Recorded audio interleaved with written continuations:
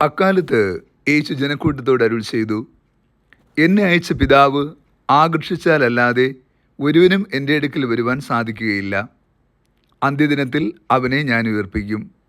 അവരെല്ലാവരും ദൈവത്താൽ പഠിപ്പിക്കപ്പെട്ടവരാകും എന്ന് പ്രവാചകഗ്രന്ഥത്തിൽ എഴുതപ്പെട്ടിരിക്കുന്നു. പിതാവിൽ നിന്ന് ശ്രവിക്കുകയും പഠിക്കുകയും ചെയ്തവരെല്ലാം എൻ്റെ അടുക്കൽ വരുന്നു. ആരെങ്കിലും പിതാവിനെ കണ്ടിട്ടുണ്ട് എന്നല്ല ഇതിനർത്ഥം. ദൈവത്തിൽ നിന്നുള്ളവൻ മാത്രമേ പിതാവിനെ കണ്ടിട്ടുള്ളൂ. സത്യം സത്യമായി ഞാൻ നിങ്ങളോട് പറയുന്നു, വിശ്വസിക്കുന്നവന് നിത്യജീവനുണ്ട്. ഞാൻ ജീവൻ്റെ അപ്പമാണ്. നിങ്ങളുടെ പിതാക്കന്മാർ മരുഭൂമിയിൽ വച്ച് മന്ന ഭക്ഷിച്ചു, എങ്കിലും അവർ മരിച്ചു. ഇതാകട്ടെ മനുഷ്യർ ഭക്ഷിക്കുന്നതിന് വേണ്ടി സ്വർഗത്തിൽ നിന്നിറങ്ങിയ അപ്പമാണ്. ഇത് ഭക്ഷിക്കുന്നവർ ഒരിക്കലും മരിക്കുകയില്ല. സ്വർഗത്തിൽ നിന്നിറങ്ങിയ ജീവനുള്ള അപ്പം ഞാനാണ്. ആരെങ്കിലും ഈ അപ്പത്തിൽ നിന്ന് ഭക്ഷിച്ചാൽ അവൻ എന്നേക്കും ജീവിക്കും. ലോകത്തിൻ്റെ ജീവന് വേണ്ടി ഞാൻ നൽകുന്ന അപ്പം എൻ്റെ ശരീരമാണ്.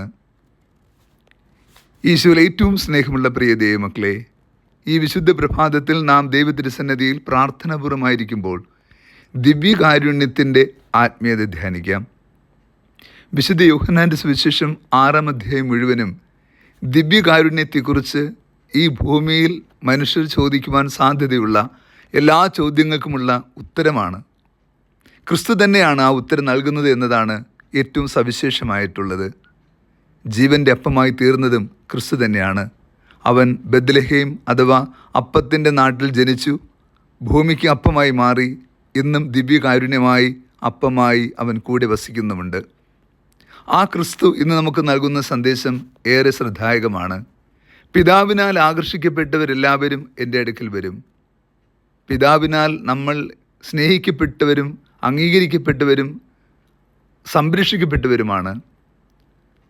ആ കൃപയുടെ ബലം നമുക്കെല്ലാവർക്കുമുണ്ട്. നാം എല്ലാവരും വത്സല പിതാവിൻ്റെ പ്രിയ മക്കളാണ്. നമുക്കെല്ലാവർക്കും വേണ്ടി ഇതാ ക്രിസ്തു നിലകൊള്ളുന്നു. അവിടുന്ന് തന്നെ നൽകിക്കൊണ്ട് നമ്മെ അത്രമാത്രം സ്നേഹിക്കുകയും ആ സ്നേഹത്തിൻ്റെ പൂർണ്ണതയിലേക്ക് നമ്മെ സ്നേഹപൂർവ്വം ക്ഷണിക്കുകയും ചെയ്യുന്നു. യേശു പറയുന്നു, വിശ്വസിക്കുന്നവന് നിത്യജീവനുണ്ട്. ഞാൻ ജീവൻ്റെ അപ്പമാണ്. അതെ, നിത്യജീവന് വേണ്ടി ക്രിസ്തു നൽകുന്ന അപ്പം ക്രിസ്തുവിൻ്റെ തിരുശരീര രക്തങ്ങളാണ് എന്ന വലിയ സത്യത്തെ സുവിശേഷം നമ്മെ പഠിപ്പിക്കുന്നുണ്ട്.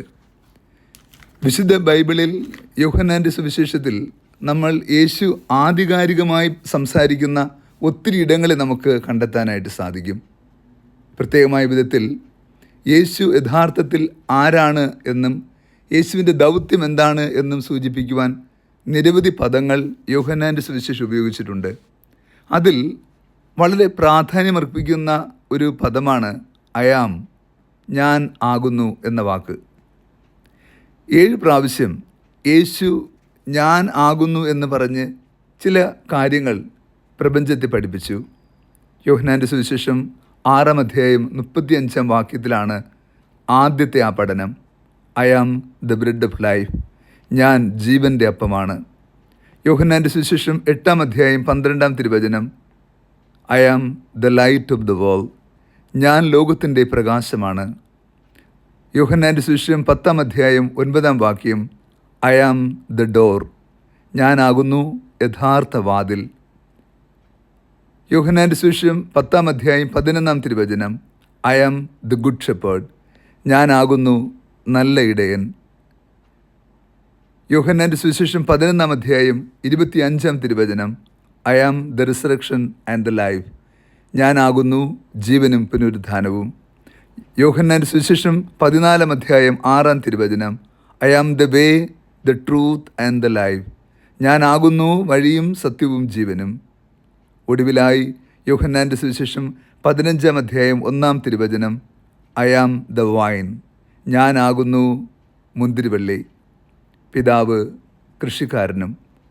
പ്രിയ ദൈവമക്കളെ, ക്രിസ്തു ആകുന്നവൻ ആകുന്നു എന്ന് നമ്മെ പഠിപ്പിച്ചത് യോഹന്നാൻ്റെ സുവിശേഷമാണ്. ഈ വചനഭാഗങ്ങളിലെല്ലാം ക്രിസ്തു യഥാർത്ഥത്തിൽ പിതാവിൽ നിന്ന് വന്നുവെന്നും പിതാവിൻ്റെ ഹൃദയത്തിന് ചേർന്ന പ്രവൃത്തി ഭൂമിയിൽ ചെയ്തുവെന്നും പിതാവിൻ്റെ തിരുഹൃദയത്തിന് വിധേയപ്പെട്ടുവെന്നും നമ്മെ പഠിപ്പിക്കുന്നുണ്ട്. ജീവൻ്റെ അപ്പമായ ക്രിസ്തുവിനെ ഹൃദയത്തിൽ ജീവിതത്തിൽ സ്വീകരിച്ചുകൊണ്ട് നമുക്കും നിത്യജീവൻ ലക്ഷ്യമാക്കി ഈ ജീവിതയാത്ര തുടരാം.